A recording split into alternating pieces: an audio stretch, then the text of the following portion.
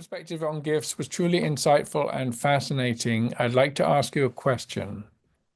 I've been thinking that using the concept of a gift could be a meaningful way to introduce the gospel.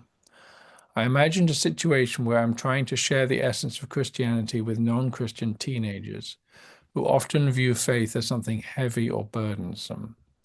If you were to explain sin, salvation, and life as a citizen of God's kingdom from the perspective of gift theology, how would you share that message? Well, thank you. That's a very, very interesting question. And I do think there's something rich and easily resonant when we use the language of gift.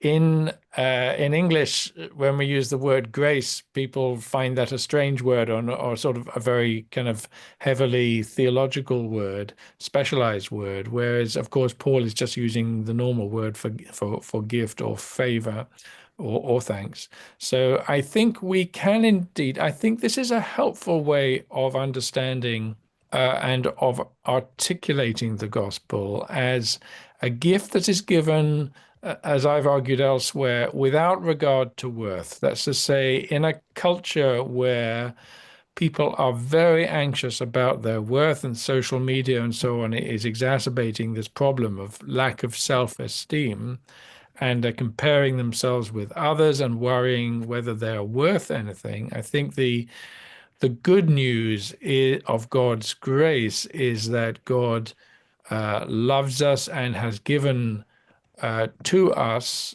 given us life and given us new life in Christ without regard to our social worth, our economic worth, our ethnic worth, or any other human criteria of worth, and that God thereby invites us to share in this momentum, this movement of gift or grace into the world.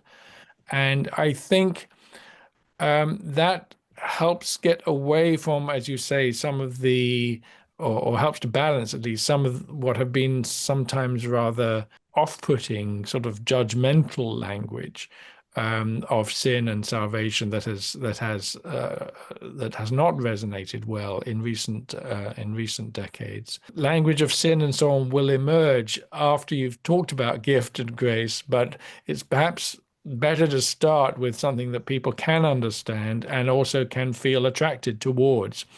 Because if the gospel is not good news, it's not the gospel.